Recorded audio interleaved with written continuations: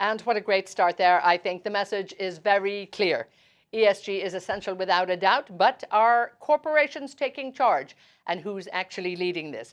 This is going to be the topic of my panel right now. And we have a two-part series. I'm going to do this one, and we will continue in just a minute after this. So corporations taking charge. Let's take a look at how companies are moving, hopefully, simply beyond complying and actually leading the way. I have a great panel, two great speakers here, so I'm delighted that they're going to join me here.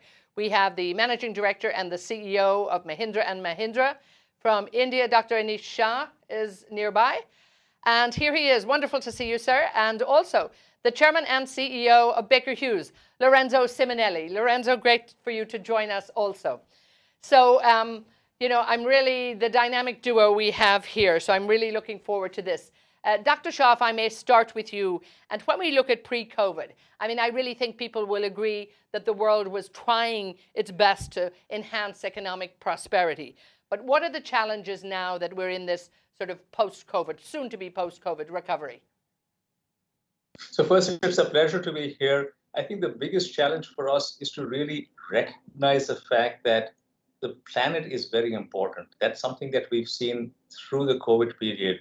And the efforts that all companies need to put in will need to be accelerated because consumer expectations are changing. They're looking for a lot more out of their companies, where it's not just about making profit, it's also about the planet. Now, Lorenzo, let's just take a look at the energy industry because this is at the very heart and soul of what you're doing. It's in transition. The narrative has shifted, but there's still a lot of work to be done. How do you see the industry embracing ESG? And, is it doing it the right way and perhaps fast enough as well? Well, great to be with you, and my compliments to the organizers for setting up this opportunity to discuss a very important topic. And energy transition is definitely happening, and we think that the oil and gas players are key stakeholders in making it a success. Definitely, we need to move faster, and the truth is that to reach the net zero goals that many have put out there, we need to quickly look at actions. And as we look at actions, it's also understanding that hydrocarbons still play a role going forward, but we need to make them cleaner and reduce the carbon footprint of those hydrocarbons. So deploying hydrogen, CCUS, and energy storage and capabilities to reduce the CO2 and also greenhouse gas emissions. And most importantly is the collaboration between us to really strive towards those ESG metrics, which are now becoming paramount and also standardized across the globe. And so we play a key role, and I think we are moving, but we do need to move faster. Anish, when we look at ESG and we look at the statistics, and it seems to be adding value to the business. But when you look at it, and perhaps maybe even in an Indian perspective, and also, yes, global, are you thinking it's a good business proposition, or is it just a distraction right now? I think a lot depends on whether the view is short-term or long-term.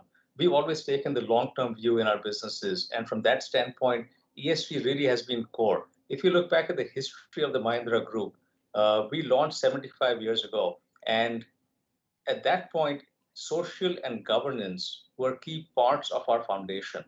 And we've led in the country with very high governance standards. On the environment side, we started a journey 14 years ago. We've signed up for science-based targets. We've committed to being carbon neutral by 2040, which we're trying to now bring forward to 2035. And there are a series of actions taken, and we've seen tremendous benefits from that. So for us, it's about attracting the right set of employees, talent. We've seen really values companies like the Mahindra Group. From a customer standpoint, from a partner standpoint, we've seen, again, tremendous benefits. So ESG is not really a distraction. It's not something that is a checkbox. It's something core to who we are and what we do. Now, Lorenzo, in the future, I know Baker Hughes is looking to become, and you're on the way, a much more diversified company. So what investments are you considering right now? Well, look, we think it's important that, again, we help multiple industries to decarbonize to reach their goals towards net zero. So we're looking at investments from a technology standpoint, recently we just acquired a license for a CCUS SRI process. We acquired a company called 3C, Compact Carbon Capture. So we're making the investments on the technology side.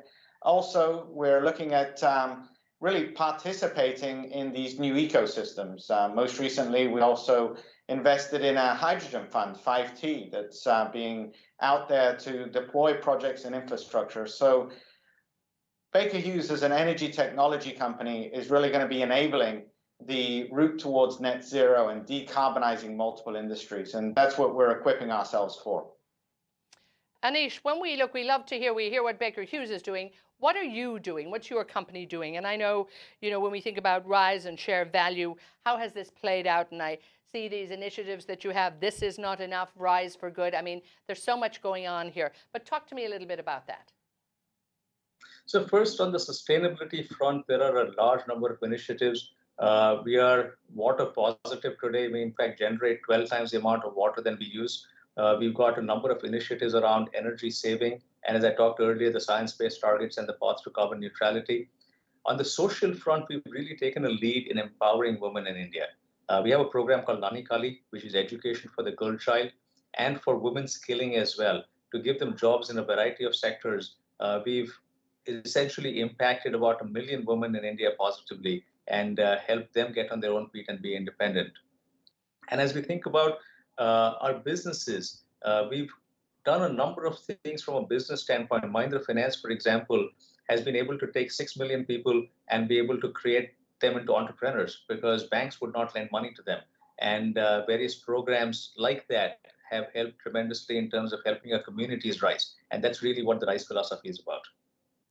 Now, we only have a few minutes. This is the express session that we got here today. So, Lorenzo, you mentioned there, how hydrocarbons still very important in terms of we look at really providing energy to the world. It's not going to happen overnight. But a lot of, I suppose, players outside the industry are actually investing, in helping that energy transition.